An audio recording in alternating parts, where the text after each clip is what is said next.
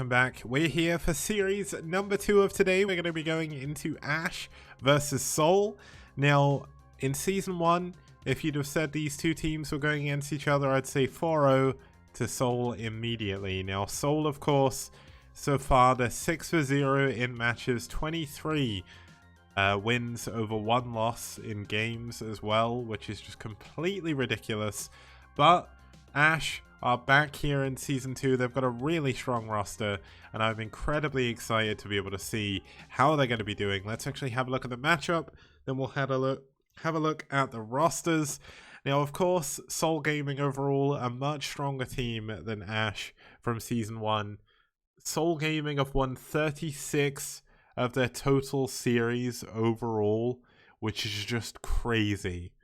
Not only have they won 36 series, they've actually played 36 series in the STPL. That's 36 best of 5s that they've won, and that's only 6 of them in this season so far. Whoops, wrong button. I need to remember not to mess around with that, but it's crazy. It's cool. I'm really happy to have seen so many games from SouL Gaming.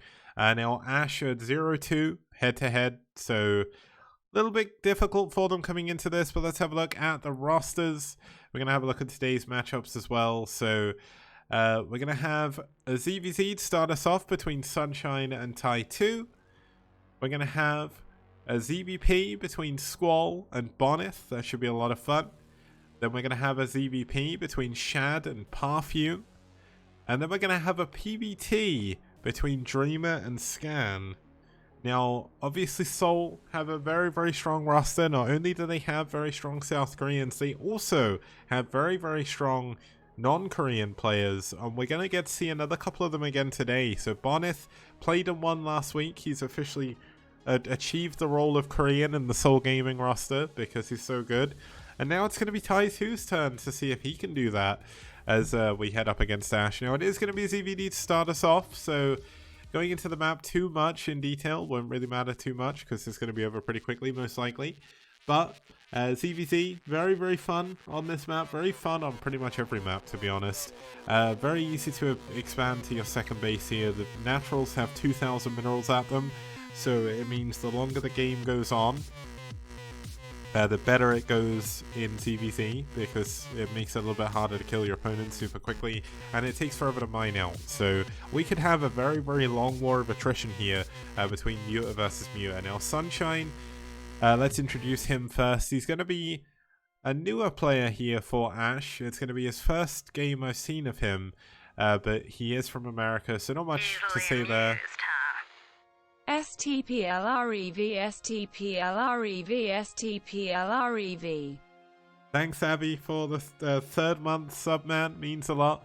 Now, his opponent for SouL is going to be Tai2. Tai2, also America, so I think for the first time in a very, very long time, we're going to have US versus US here. I think Tai2's East Coast. Sunshine might be West Coast, so if you want to put that narrative in there, you can. I know that's like a big thing.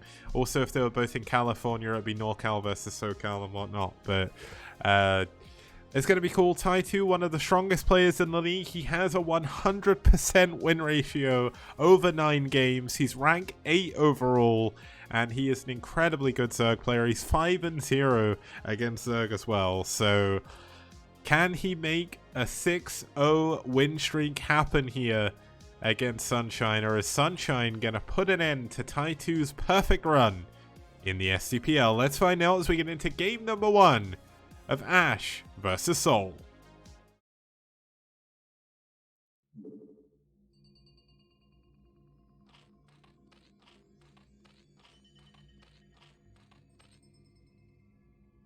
Okay, starting us off here in the 1 o'clock position, we do have the blue Zerg fighting for SouL. It's Tai2.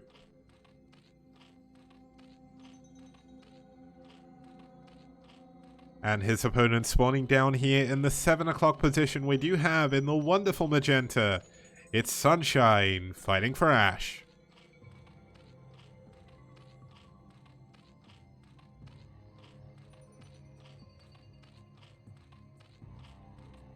Now, obviously, getting to see Sunshine here would be pretty cool. I hope to see him do well, but I almost feel bad for wanting Sunshine to do well because I want Tai2 to keep his amazing streak going. Because that's kind of crazy. 5-0 against Zerg. This could well be his 6th. And Tai2 is actually scouting in the correct location. He's going cross. Why would you scout cross in CVZ? That is just crazy. But it's going to work out. Obviously, it's going to be a very long time before either player can properly scout each other. Now, looks like we're going to have an Overlord coming in here from Sunshine. So that could be an overpull, but most likely going to be for a 12 hatch or a 12 pull. And Tai2 is going to do the same thing. So double drone coming in from both players, obviously. Triple drone. So it is going to be 12. At least one of the players here. It's going to be 12 for both of them now. And Tai2 with this cross scout. This is like ultimate star sense. Who would ever cross scout in ZBZ on this map? It takes so long to get across the opponent, but 12 hatch coming in here from Sunshine. Tai2 is going to be 12 hatching as well, but he's going to be doing the patented Tai2 move. It's the Cheese Prince move himself. It's a hatchery in the main. Now, hatchery in the main, obviously it's not as economical. It doesn't give you the option of defending your natural expansion anytime soon. But what it does do is it gives you the production. And at the end of the day, the production is all you really get from the hatchery to begin with. Because when you look at 12 hatch versus 12 hatch, you might see like 1 or 2 drones at the natural expansion. And you do get the second gas eventually. But it takes so long for that to actually do anything that it doesn't really matter. And look at this, Sunshine is going to scout last.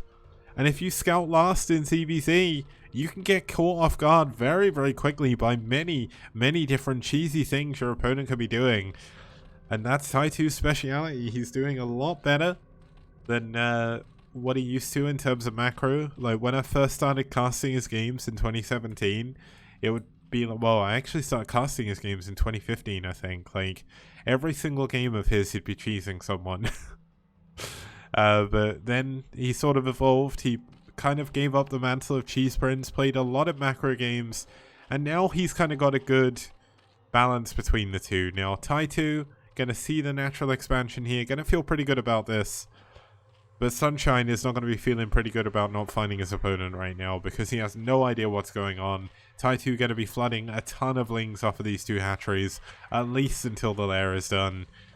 And Sunshine is going to be forced to rely on building additional lings as well, so his expansion isn't going to be able to do anything. Now, they both are completely even on drones, which is a little bit of a benefit here for Sunshine. But Tai2 actually opting to play defensive here. That's not something you'd normally see from a 2-hatch in the main player.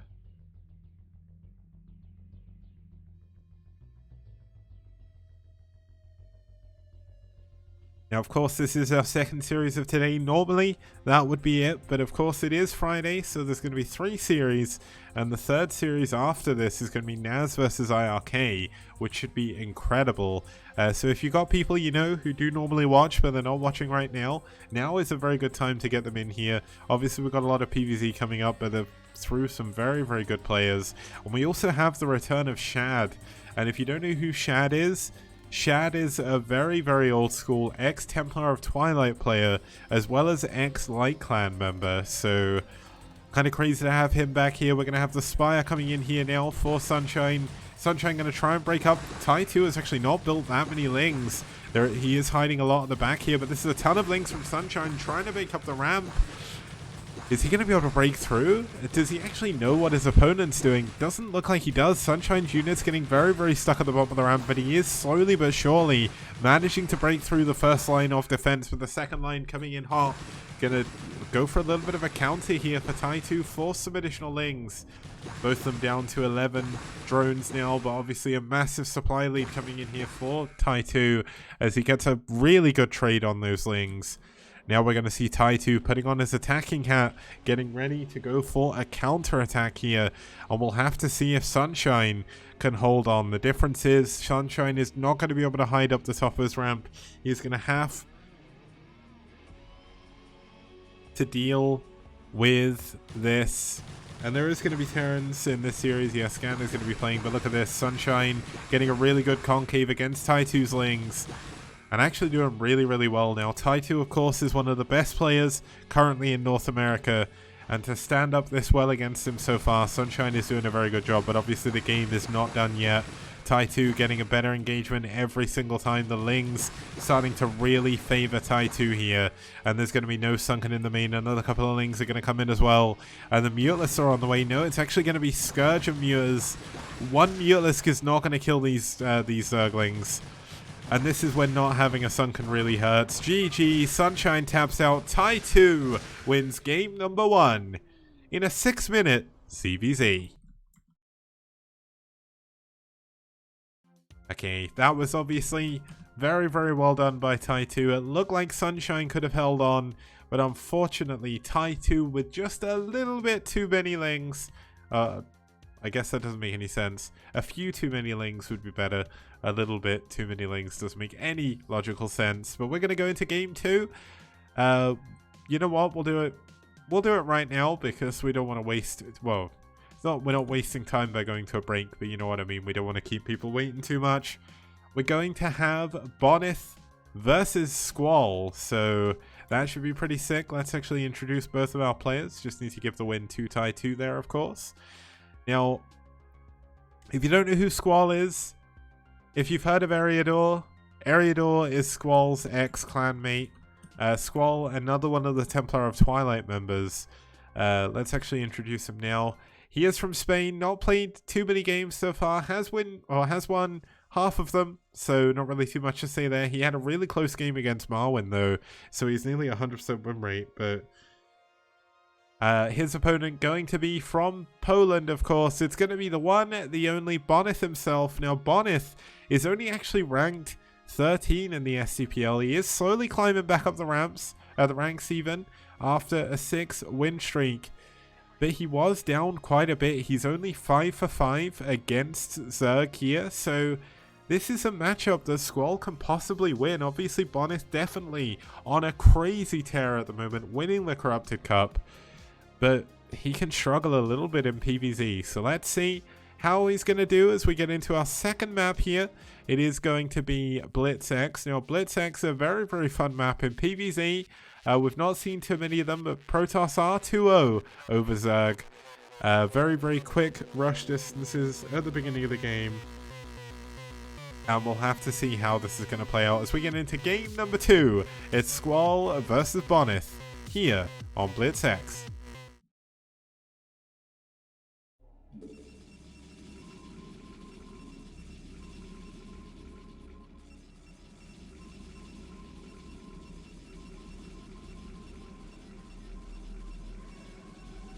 Okay, starting us off here in the top left-hand position, we do have the wonderful Magenta Protoss fighting from Poland. It's the one, it's the only, it's Bonith.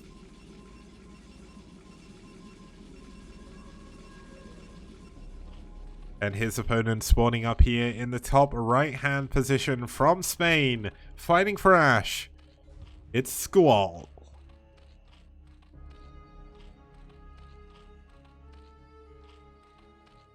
Also Abby. Abby in chat just seeing that SouL at the moment is kind of hard stuck at 1.9k MMR. But the important thing to remember is ladder doesn't mean anything when you come into STPL. You have someone like Future, who's also recently joined aSh, which I'm incredibly excited about. Future, of course, old Fute playing for Media. He's like 1.8k A rank on ladder. You know what he did in STPL? He came out and crushed Terra. So ladder doesn't mean anything in a best of 1 series in a team league. Anything can happen. Preparation is key, and whoever prepares the best for the day is usually the one to win. You can go for some crazy, crazy strats.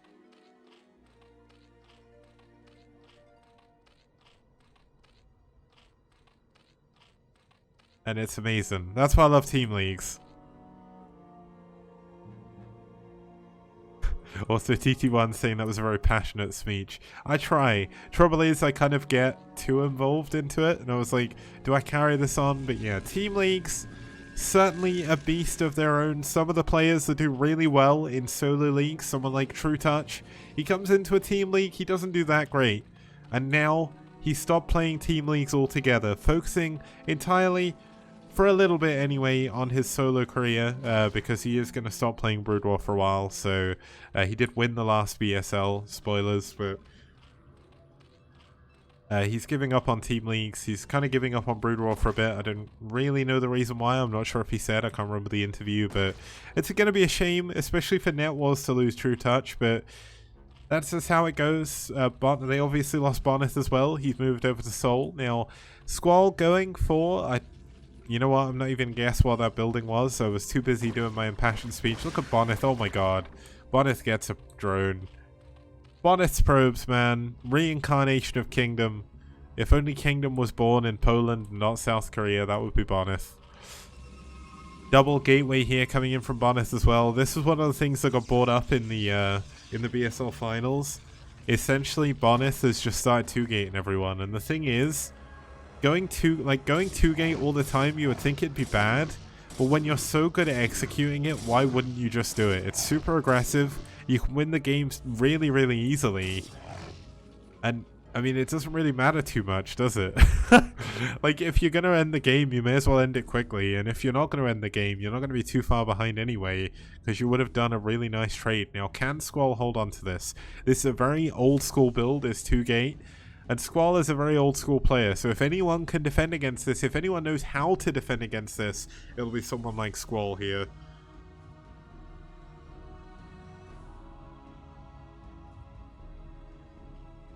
Okay, so the Sunken has come up. It's only on 100 health, but obviously it does do a ton of damage per hit. 40 per hit, in fact, against these Zealots.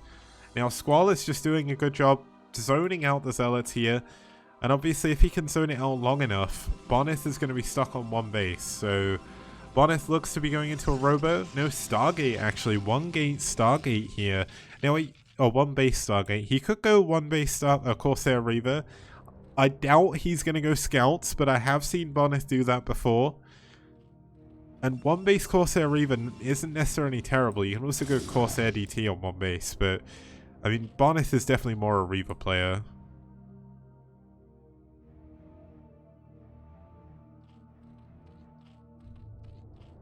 Okay, so we're going up 7 Zealots here at the front. SQUAL is going to get an Overlord in position, see that there's no expansion, and to be honest, I feel he should just add a second Sunken on, because at the end of the day, you just need to hold on to this. Your economy can start to really blossom as long as you can survive against this attack. But Bonneth getting an obscene amount of Zealots here on the middle of the field. Dragoons are starting to come in as well, and it is actually going to be Corsair DT. SQUAL doing a really, really good job with his Ling Micro, though. Not really losing anything. Okay, this is a little bit of an ill-fated attack here up the ramp, but he does kill the probe. Let's have a look at the health of the Zealots. Doing a pretty good job trading away so far, but does need to be very, very careful, as those Lings are everything that SQUAL has. And he's going to fall back. Now, the Dragoon, the single Dragoon here was actually to push across, or push away the... Push away the Overlord. So the Overlord's going to go down, and that's actually going to supply block SQUAL. Now, SQUAL has not built his spy yet, so there's going to be no recompense for this Corsair in the air right now. There's no Hydra Den. A second Sunken is on the way, but Bonneth, he's just pulling back. Now, this is a problem for SQUAL. He needs some kind of anti-air, and he needs it very, very quickly. If you get yourself constantly supply blocked to Zerg here, you are going to be in a terrible, terrible spot. Now, Speed is finally coming in for the Lings. I thought that would have been done by now, but he kind of used all his early gas on just getting that layer up, and I mean, this is so problematic here. There's going to be 2 Corsairs. This Corsair's sitting on top of 2 Scourge Egg, though. That's going to be hard when that pops out, but no, he's going to get away. Bonneth is a killer right now with these Overlords. And I feel sorry for SQUAL, because SQUAL's... gets one of the Corsairs. That's actually a big pick-off. Nicely done. Can he get the other one, though? That would be amazing if he does. There's still 2 Corsairs on the field, but losing just one of those is a big, big pick-off. Now, we have a 3rd hatchery coming in at the front. The Corsair going to fly over the Dragoon. It's not often you get to see this, but there's going to be Dragoon on Scourge Egg. Oh, he gets a... what was it from BSL? Like, connection! He gets the Corsair. And things are looking pretty good for SQUAL again. Now obviously SQUAL did take a lot of economic damage early on just from having to build so many Lings, from building so many Sunkens. But getting those first 2 Corsairs is actually pretty big. It allows him to get his... It allows him to effectively get his Overlords back up, and he could go into a Muta switch here, which there was a single Muta here, which but a single Muta is not going to do too much, but eventually it will kill this screen full of Zealots. And it looks like the Ling's going to try and come in for a flank here. This could be a very, very important moment in the game. The Zealot's going to get on top of the Sunken. Not going to be amazing, but Muta's over the top of the Zealots as well. Going to definitely help this out a lot. Not able to focus down the damage Sunken from earlier, so he is going to hold on here at the front. Now, how is the Templar tech doing? There was Citadel added on, but there was actually no Templar Archive, so it's going to be nothing but Corsairs back at home here for Bonith to try and hold on against these Mutalisks. And he's already lost 2 of them. So there is actually 4 Corsairs already. That's obviously going to be a big, big number. But without Templar Archives, without Archons, without Storm, if SQUAL builds up enough Mutalisks, if he goes into +1 Carapace, he can actually be in a really good spot here.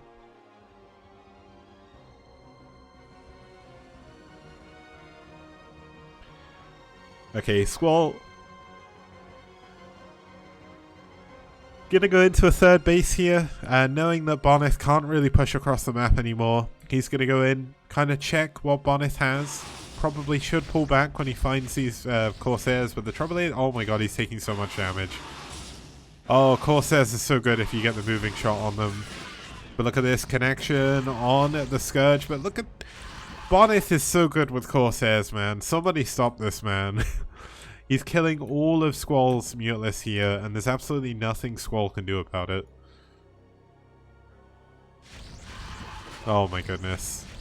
And now he's going to have free reign over this Overlord in another map. He should have free reign over the Overlord in the natural. The Mutalisk going to go down. This was a ton of gas that SQUAL was putting into this, but +1 attack was done. And that was definitely an ill-fated attack with those Mutalisks, but some of the Corsairs finally going down, not before getting another 2 Overlords. And 33 over 19 supply. SQUAL is heavily supply blocked right now. Now back at home, Bonith hasn't started mining from his expansion yet. The probe's only just now transferring over. But given he was on 1 base for a while, he kept up his probe production. And he has pretty much 2 base saturation already. And I mean, this is just looking better and better for Bonith every single second.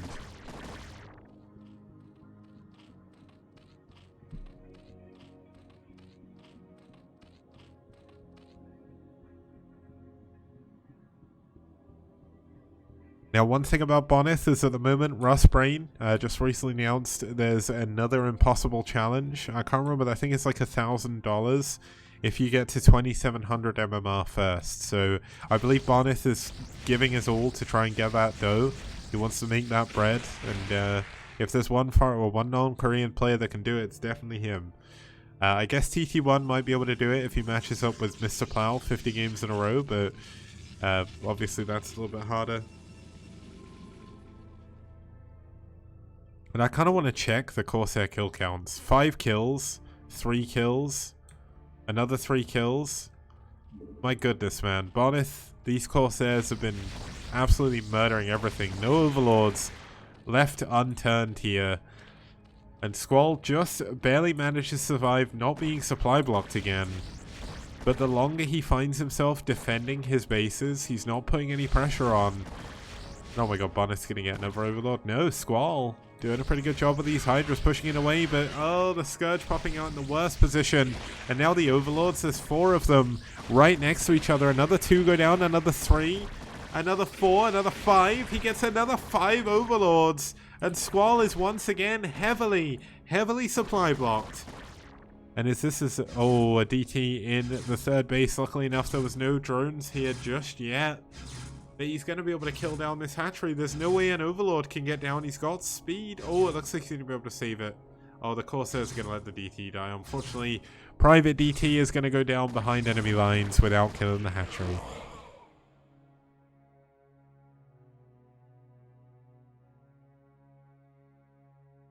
Oh, the challenge says max opponent 3 times in a row. Okay. Another Overlord going down. Every single Overlord that goes down here is a massive hindrance to SouL. He's got all his Hydralisks at his third base. And Bonneth is in a pretty unsurmountable position right now in this game. The Corsairs, they're so uncontested. He's just going to sit in the main base. 7 kills on this hero Corsair right now. I almost wish like the units had the ranks, but unfortunately you don't get that. But one of the Corsairs does go down. The hero DT is still, hero Corsair is still alive. And look at this, another DT heading around the bottom half of the map. Now there is finally an Overlord down here with a Hydralisk, so he is going to be able to deal with this for now. But let's check the upgrades. +1 attack is done for Bonneth. A ton of cannons up here. Robo coming in. Storm is likely done. +2 attack on the way. Dragoon range finally coming in. And regardless of if he defends against this DT, regardless of if he defends against the Corsairs, how does he have a big enough army? How is it even possible to deal with this massive army from Bonneth? Now we are going to see a big counter coming into the third base of Bonneth. This is going to be pretty strong. But the third base of SouL is going to be traded away for this, as he has no units back there to defend. No, he is actually going to send it back. And wow, he's actually going to get away with it. Bonneth is going to send his entire army back up to this third base. And SouL's going to save his third.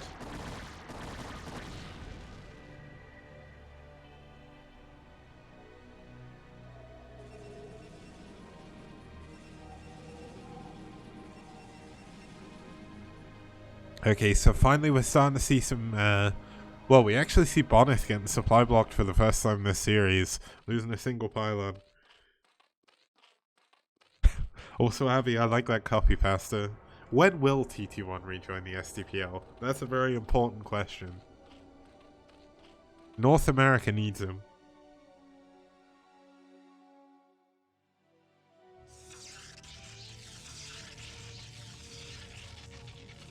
Okay, so things are going to normalize just a little bit here. Neither player can really afford to attack into each other. Obviously, if you attack in and you lose everything, you can lose the game fairly quickly. Now, there is going to be a couple of Scout and Scourge out here. Going to be able to find the Overlords at the Corsairs at the top even. Not going to be able... Oh, connection! The Hero Overlord. Why do I keep saying Overlord? The Hero Corsair goes down. And now only 3 Corsairs remain, and this is a ton of Hydra Lurker down here at the bottom, but look at this. A DT coming in to the third base while all of the Hydras run away. 7 kills on this DT. He's going to be able to get the hatchery as well, most likely. And the 3 drones to spawn here. Looks like SouL may be betting it all on this one big engagement here. But he's going to be up against cannons, he's going to be up against Storm, and he's going to be up against a metric ton of Zealots.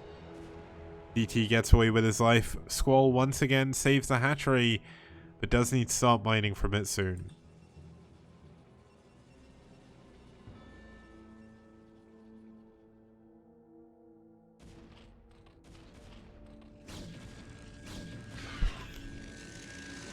Okay, third base finally coming up for Bonneth. No additional tech coming in for SouL, but he is going to be going for +2 attack. Looks like we're going to have a big engagement here. Huge storm on these Hydras. Oh my goodness, this is a very ill-fated attack right now. And GG, SouL taps out. Bonneth takes game number 2.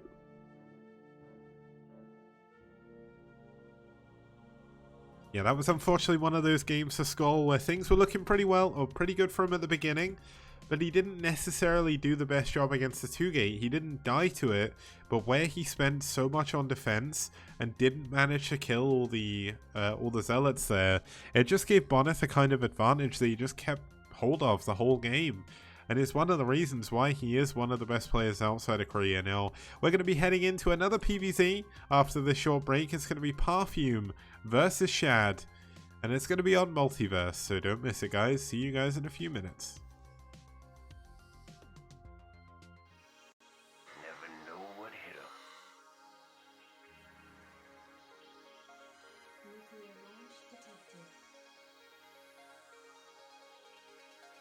Been detected. Where has he put the nuke though? Oh man, I know it's somewhere in this location, but where? Where is the nuke? It's definitely, there we go, it's on top of the sunken dome. Boom! The nuke goes down, and so does all the drones. What a nuke right there. Oh, here we go. Nuclear launch detected. Oh boy. The nuke on the position again. It's on this base, this poor base. I can't see the red dot though. Where on earth is the red dot? Maybe he's put it on like the blood or something. There we go. Directly on the hatcher, on the lair. Absolutely abolished one. Annihilated the base. Man. Oh man. There we go. The nuke is going to go down. Can it get the hatchery? Yes it can. 300 minerals in the drink. We see more and more ultra stream. Remaining science. Nuclear launch detected. The red dot on the hatchery. Has Cold realized? I don't think he has. He's not pulling away. He's going for an all-in attack. But I want to watch the nuke. It's going to be so huge. Oh man, all of the remaining drones are going to go down. There we go. Boom, once again. And GG. Radley cleans up the final drones. And the game ends with Net Wars up 2-0. Never know what hit him. Okay guys, welcome back. We're going to be going into game number 3 very, very shortly. Just a quick shout out to our sponsors, Liquipedia, for donating $500 towards the initial prize pool. You'll see we are the Liquipedia STPL this season. It's been great fun working with them. I think we're actually going to finally get some interviews posted up on TL from them as well, which should be a lot of fun. And a huge shout out as well to Matrino. If you hit the Matrino link below in the chat, you can add the code LSTPL completely free after signing in with whatever you want to sign in with. It's all above board. And they've donated 200 of those 50-cent codes, so we can actually add $100 to the prize pool completely free, courtesy of Matrino. So that's going to be a lot of fun. It's going to be a lot of fun. It's very good for the players to do that. So please do, if you can, hit that link and get that 50 cents donated completely at no cost to you, and they won't send you any marketing emails either, so don't worry about that. But let's have a look at our map in this series. It's going to be Multiverse. Now, Multiverse, depending on where you spawn, changes how the game is going to be played out. I can give you a little bit of a spoiler. They're going to be close by air, so Zerg in this position likely going to look to go through either some big drops or some Mutalisks, and of course shuttle drops for Protoss are going to be very, very good here. Now, the players we're going to have playing on this map, fighting for aSh, it's going to be Shad. Now, Shad hasn't played in the STPL before, but usually I will skip this, but Shad is an important player to mention here as he is super old school, one of Squall's and Eriador's ex-Templar of Twilight teammates, and also a member of Clan Light. Shad has been around forever, and it's great to see him back here once again, and his opponent fighting for SouL is going to be Perfume. Now, Perfume, one of the newer players here for SouL, 50% win ratio overall, winning against Kogut, losing against DeWalt. No PvZ on record for Perfume, so not sure how this is going to go. As we are going to get into game number 3. It's Shad versus Perfume, and it's going to be on Multiverse.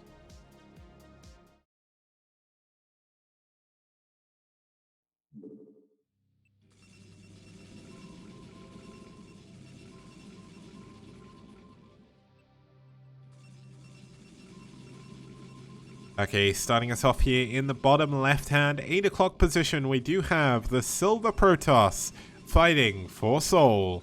From South Korea, it's Perfume.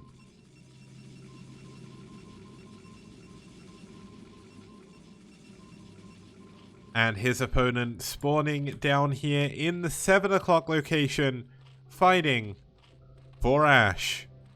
All the way from Poland, it's Shad.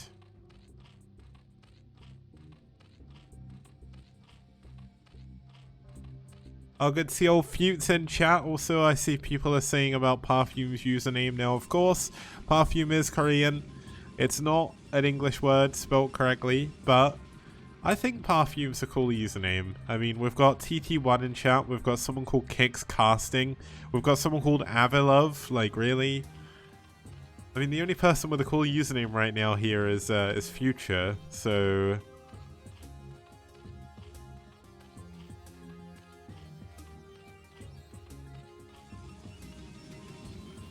yeah, TT1, I'd love to know the like origins of your nickname as well, because I've been trying to work it out for ages and I can't figure it out.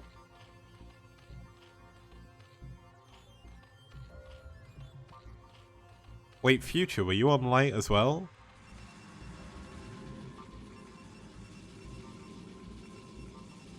What future does SC have? Well, TT1, to give you a little bit of a spoiler, in 10 to 15 seasons of the STPL, we're going to have a big live final.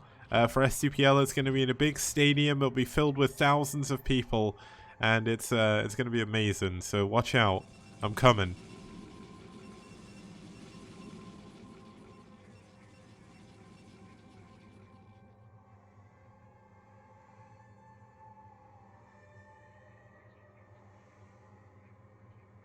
Okay, so Forge Fast Expand coming in from Perfume. It's going to be a Forge into a Nexus here. Not the most safe, but obviously safer than Gateway into Nexus because you do get the option of going for a cannon relatively early. Now, the probe is in the base of Shad right now, so he is going to see the amount of lings that spawn, where they go, and if they're going to chase the probe. So he should know how many cannons he needs, if any. He's going to add a cannon on immediately just to be safe, and there is 4 lings running towards his base, so does need to be careful.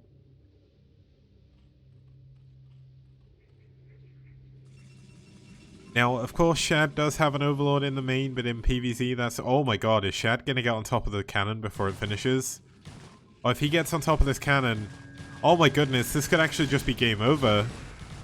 Perfume could... Oh my god, he could get completely caught in a very terrible position here. There is only 4 lings here, but if he gets on top of this second cannon, it's going to be lings against nothing but probes. There's no gateway, there's no cannon, there's no pylon in the main either. If he just focuses down this cannon, oh my god, it's so close. The cannon goes down, a drone coming up here. Is he going to... Oh my god, is he going to proxy hatchery? Is he going to go for the BM? He's using it to attack. This drone is a hero right now.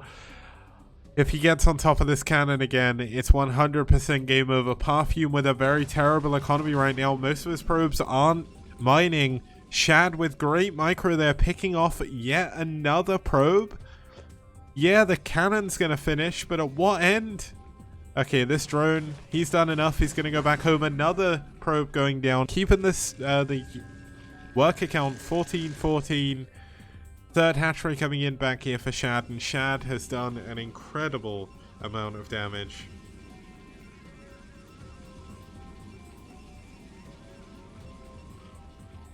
Okay, so let's see what's happening. Looks like gas has just finished up, so no speed on the way just yet.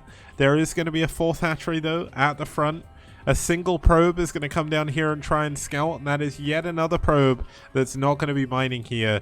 And Shad is going to try and block that. Unfortunately, you need more than one drone to block that against the probe. So the probe going to get in, see the Hydra then coming up, and he sees no lair, but of course he cannot be sure if there's, when the gas came up and if there's ling speed on the way, so does need to be careful on that. But he does know the speed is not yet done, so very, very important scouting here being done by Perfume.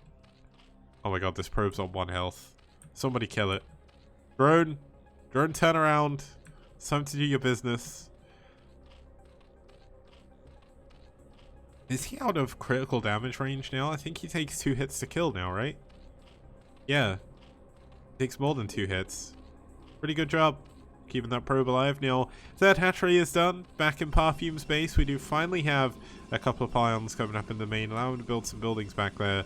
And the core is coming in the natural. Now, this isn't necessarily where you want to be building it, but he's been a little bit struggling for time and space. Now, one benefit of this as well is, of course, where the mains are so close together by air, if you build all your tech in your main base, you can be in a little bit of trouble. Now, the probe going to scout this third base as well. Somehow this is still alive. Speed is not yet done. He's actually going to skip speed entirely.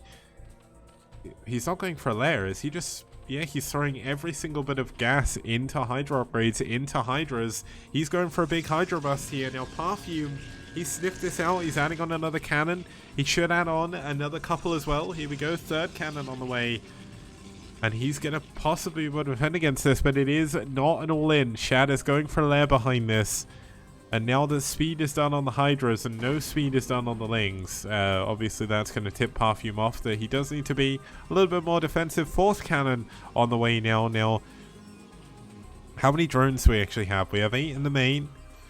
We have 11 in the natural.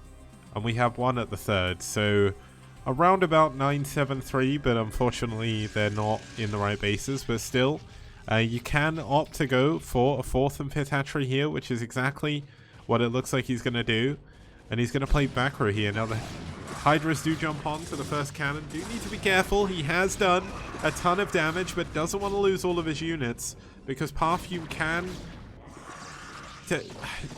swing this in his favor. Now, this cannon is in a good spot. It's going to be able to defend the forge. Wait. Oh no. Hydra. How is this Hydra not attacking this pylon? I don't understand. I don't understand diagonals in this game. It's so confusing. Isometric games are weird.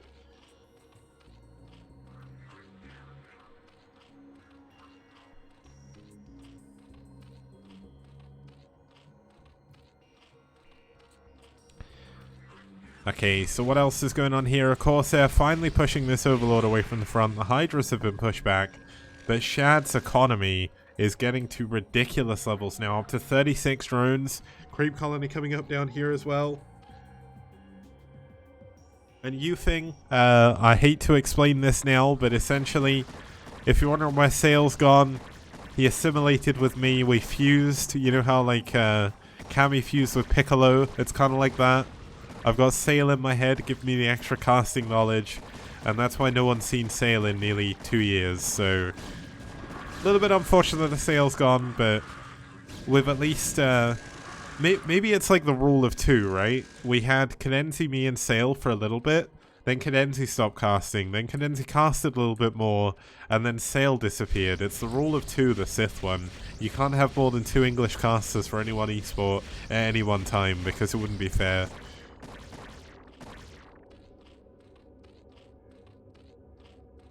Don't even joke like that. Math doesn't check out.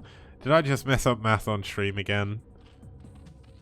The last time anyone, like, I don't mean to say this like this because it is horrible and I really hope he's okay, but the last time anyone's actually heard from SouL was in November 2017. It was just after Zotac Cup. I know that was the last time I spoke to him, and it's the last time I think he logged into Discord as well, so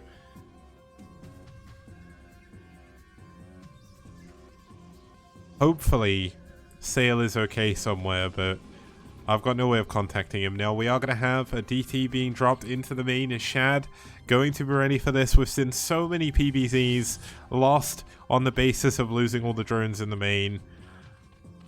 Does Shad notice? I want to keep an eye out. 1 kill, 2 kills, 3 kills. Oh, every time I see a DT do this, I feel so bad for Zerg. Oh, why does Shad not have an Overlord in his main? 8 kills, 9 kills, 10 kills. Oh, there's going to be 13 kills here. Unlucky number 13 here. Oh my god, an Overlord finally spawned. He's finally going to see the dot and he's going to be like, oh, damn. Oh, Shad, things were going so well from up until this point. Luckily enough, he did have a good economy, so he still does have a good number of drones behind this. But man, that drop did so much damage. 13 kill DT. Why does Zergs not just keep a single Overlord in their main? It is beggars belief to me right now, but it's just the way it happens. It happens at the pro level as well. Like, it's not like he had Corsairs that were killing the Overlords away from the main. Like, he had no anti-air, realistically, did Perfume. But Shad just was like, I don't need an Overlord in my main, it's fine.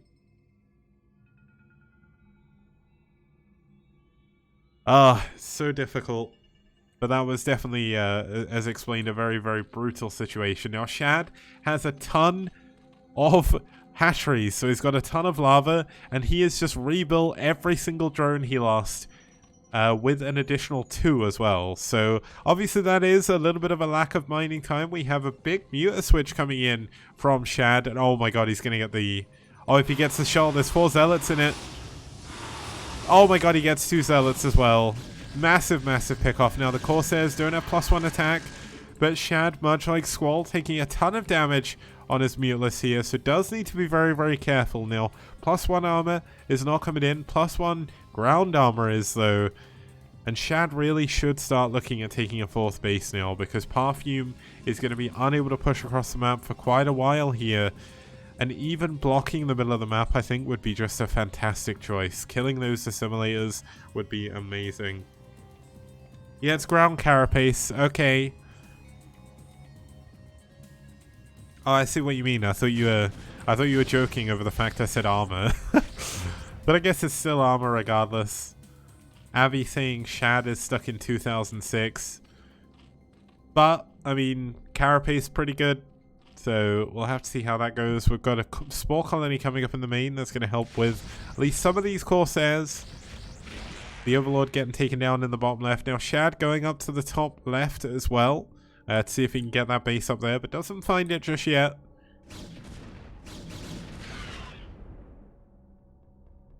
Okay, finally, the 4th base is going to be coming up here for Shad. Now, one thing I want to explain while we've got a moment here is if Shad decided to kill those, if you kill one, the Vespene guys are underneath it is bigger, so only Zealots can get through, and if you kill both, it blocks everything. But he's not going to choose to do that. He's going to take the engagement here against Parfume's army. Now, of course, Parfume has been doing nothing but building attacking units, whereas Shad had to recreate a ton of drones, and that means there's a lot less Hydralisks, a lot less Mutas than there maybe could have been. But let's see if he gets the... Oh, the storm. Oh, he's not dodging the storm. Oh, what a massive storm. And that could be all that Parfume needs. Is that all she wrote here? As Parfume breaks his way through all of Shad's army. Oh, that storm was devastating. 8 kills on this one High Templar. 4 on that one. And how many on this one? 3. And he's got another 2 storms almost on it as well. Parfume doing an incredible job. He's going to storm the mineral line here. Let's just watch the kill count go up. 8, 9. Oh, GG. Shad taps out. Parfume takes game number 3.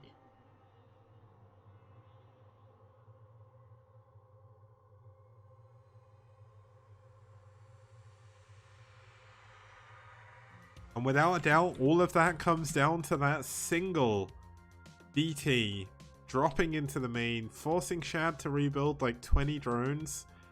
That was just way too much damage to be taken. He didn't block the middle of the map. Maybe he wasn't too sure on the map. Of course, Shad has just come back after a while, so it can be quite difficult. But we're going to be heading into game number 4 after this short break. It's going to be Scan versus Dreamer, and it's going to be on Whiteout. See you guys very soon.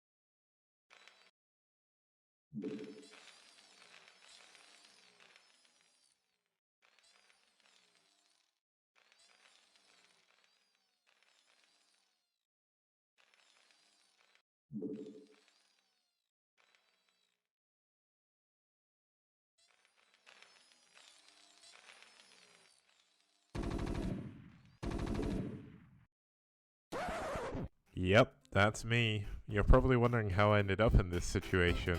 Well, I was playing an EGM fight night, and it just so happens in round 1 I played up against Terra.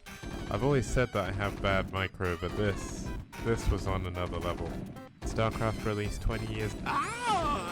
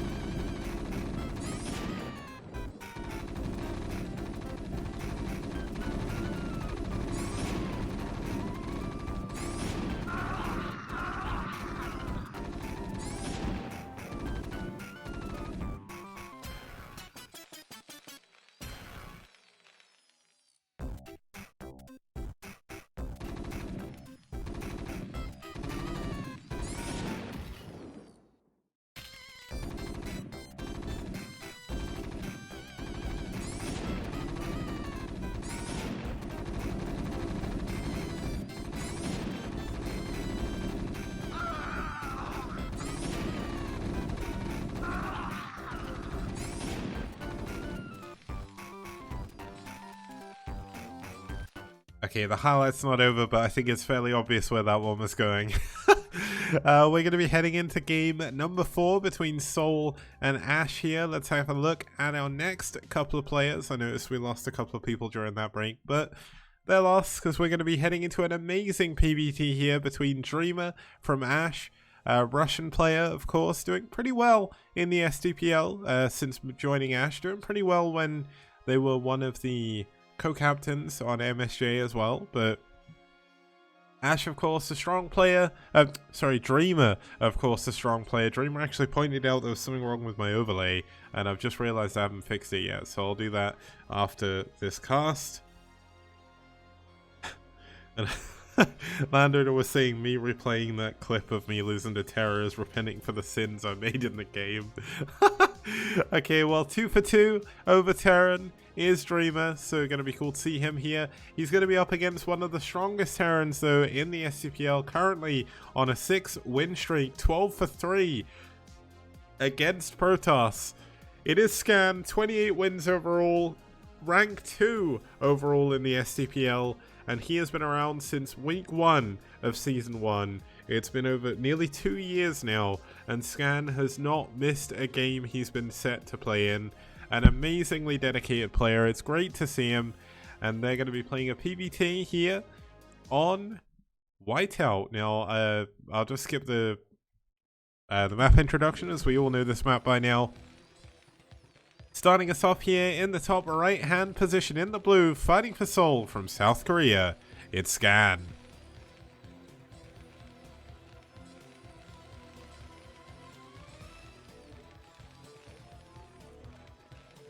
And his opponent spawning over here in the top left hand position from Russia, fighting for aSh, it's Dreamer.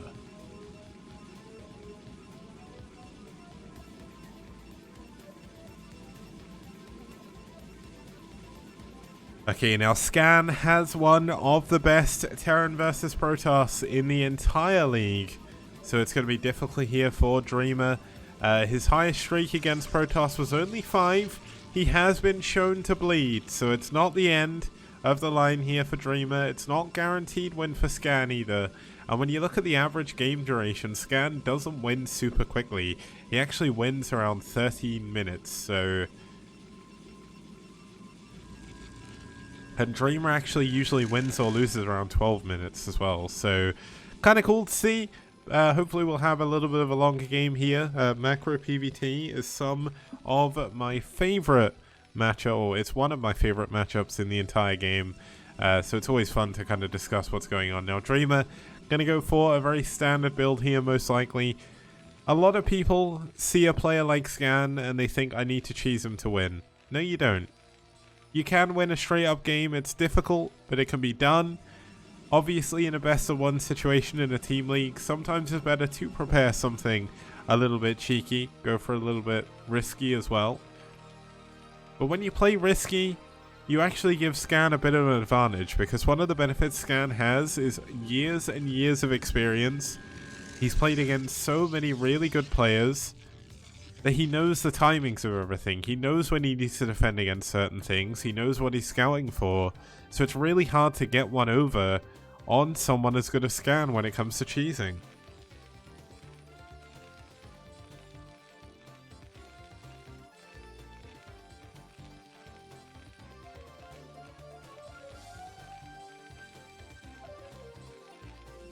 Now Dreamer going into a core behind this. Is he going to opt to go for a 23 next, or is he going to go for an extra gateway?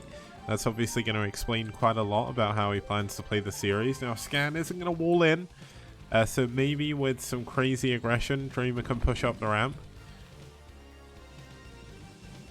Now, I don't think Dreamer's going to go for a proxy here, but it wouldn't surprise me too much. The probe going to run away, not going to force the issue of trying to scout too quickly. And Scan is likely going to tell that the probe isn't coming back if they're going to be a proxy. So it looks like Dreamer is just going to come back home. Not going to worry too much about trying to proxy something. Wow, okay, maybe ignore me. He's actually going to go up to the top left and proxy something, because you know what? It's what Protoss do. I don't think there's any other race as good at proxying things as Protoss are.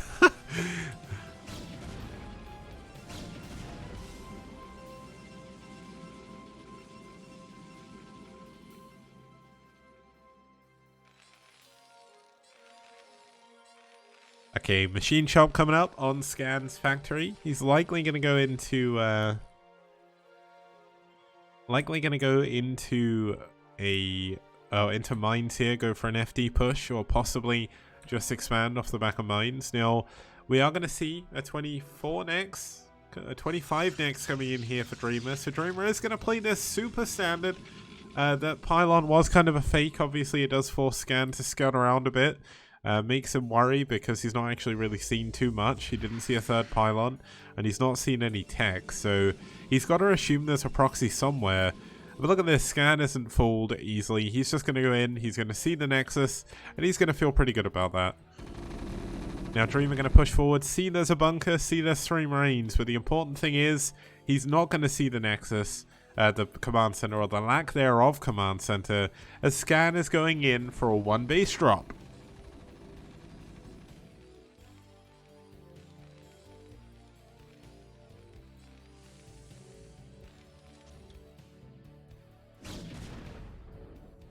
Okay, so Scan going to push forward with some Marines and a tank. It is going to be speed first on these Vultures, so no mines just yet, but obviously the speed is going to help him push forward a lot quicker. Now this Nexus isn't up yet, so he's not got the full benefit of the extra economy. He's not got a second gateway yet either, and his Robo is just finished. And a third gateway going to be coming in. Now, is it going to be for Reaver? No, it looks like it's going to be Observatory. And I just heard something behind me and I have no idea what it was, so I'm going to have to go and check that in a second. But we'll do that during the break between the games. No, it's not my cat, because Lottie is sound asleep. But maybe something fell off somewhere.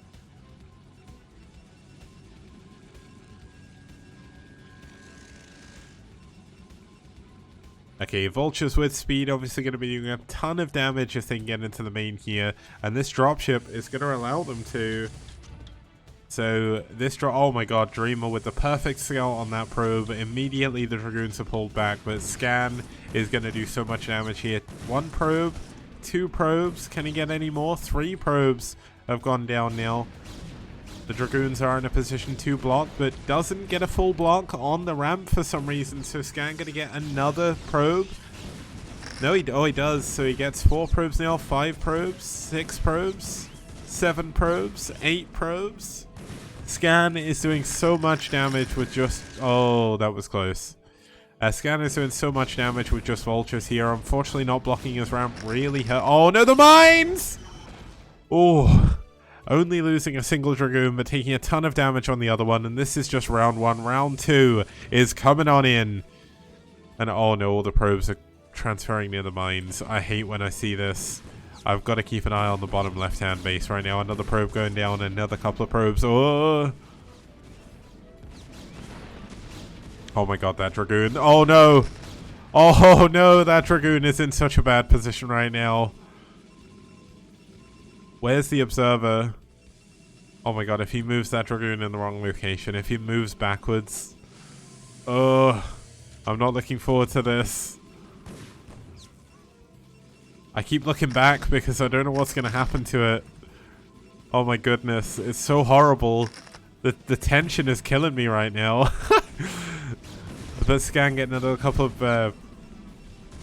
of mines down into the main, another couple of probes going down as well, and unfortunately Dreamer just isn't in a position to be able to deal with this anymore. Down to 19 workers. That Dragoon, oh my god, if that Dragoon moves downwards at any point, that's all of Dreamer's economy gonna go down. Like, this is not good. I feel so bad for Dreamer here. I keep watching because it's I know he's not likely going to move that Dragoon anytime soon, but that Dragoon moves the wrong way once, and that's just, ooh. Okay, let's check what's going on back at Scan's base. He's got his natural here. He's got his +1 coming in. 2 factories are now done. 3rd factory on the way as well. The mines are still up in the main. Now, he finally does have an Observer, so if the Observer goes down into the natural, he's going to be able to clear this out. A Vulture going to block the 3rd base coming in. And Scan is just so good at this game. Like, it's so difficult to play against someone this strong. Scan, of course, still is doing his military service. I think he's back next year. So looking forward to that, because it means he'll try and qualify for the bigger tournaments again.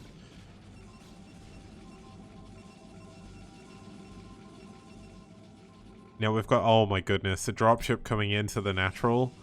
And guess what's going to happen to this Dragoon when this dropship goes down? Oh no.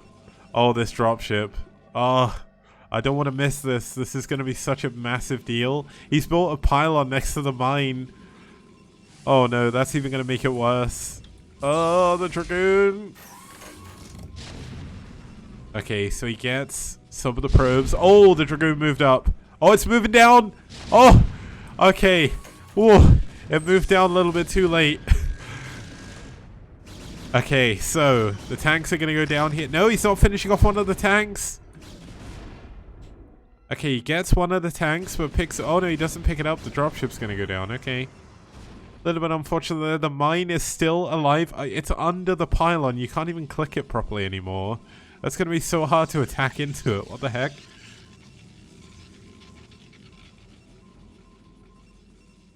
Now, more and more vultures heading across the map now. This is going to be so unbelievably important. Third base has been spotted. I mean, this is good for Dreamer because he's going to get a third base, but he doesn't have that many probes to deal with it. There's so many probes right next to a mine. It really is just set my anxiety into overdrive right now. I don't want to miss this. If this mine goes off, I don't want to be the person to miss observing it, because it's so important. Oh my goodness. Okay, so get my head back into the... Okay, there's only one mine back down there now. So +2 attack is going to be starting immediately here after +1 attack just finished. There we go. Nice moves by Scan. He's going to go up to 5 factories here, and he's going to push out towards the middle of the map. Now he does have the option of going for an expansion. He can also push behind it as well. He's in a pretty good position. He has a big supply lead. Now Dreamer, he's now going up to 5 gateways.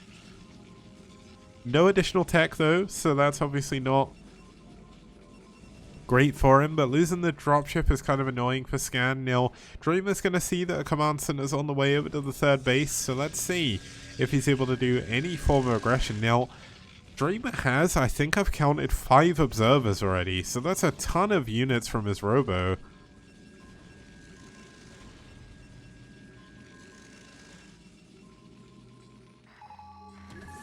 On Scan, getting the scan off on those, or on that first observer, of course, keeping to his namesake. There's also another anxiety-inducing mine here at the third base, very close to all the probes. And these Dragoons are getting closer and closer to this mine. Oh my goodness. It just takes one wrong move. That's all it takes. Okay, Scan got his third base now. He's going to go into his third gas, but he has so many units, I think he's actually just going to opt to push. Now, usually you'd want to wait for +3 attack. Oh, looks like the mine actually did get taken out here, so that's good. Another observer coming over here to confirm the third base is there, which is obviously quite useful. The observer, though... Oh, I thought he was going to get killed by the Goliaths, but not this time. Where are the Goliaths right now, actually? Because... Ah, they're just here. I was going to say he had some, but he's not using it to kill the observers anymore. Now, it looks like Scan is just going to wait for 2-1. Honestly, that's probably the best thing you can do as Terran. 1-0 is not that great.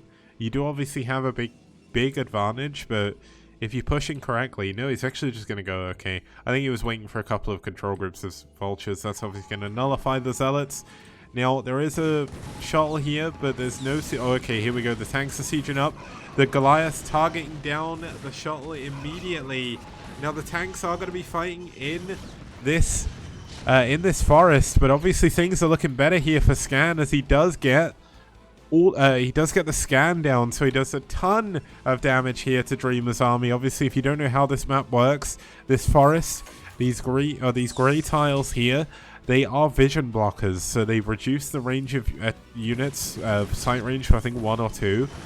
But looks like Scan going to use the cloak of shadows of that forest to keep himself and his units alive as he pushes into the third base, and Dreamer is down to 70 supply. GG, Dreamer taps out, and Scan takes the 4-0 sweep against Dreamer. Sorry, not Dreamer, aSh. I mean, it's not Winners League. Maybe one day, but Winners League not yet. Yeah, that was a pretty well played by... forgetting words all over the place. A pretty well played game by Scan.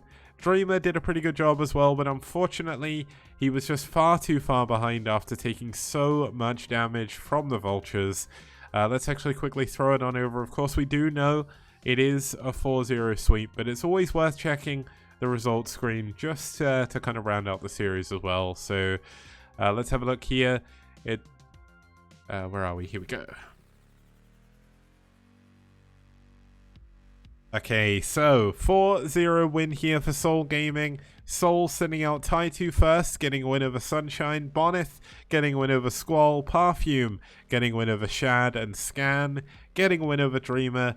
Continuing their nearly unbeaten record in Season 2. SouL are such a strong team. I really wonder what we're going to have to do to nerf them somehow. Are the maps going to have to get more insane? Are we going to have to do Winners League and see how that goes?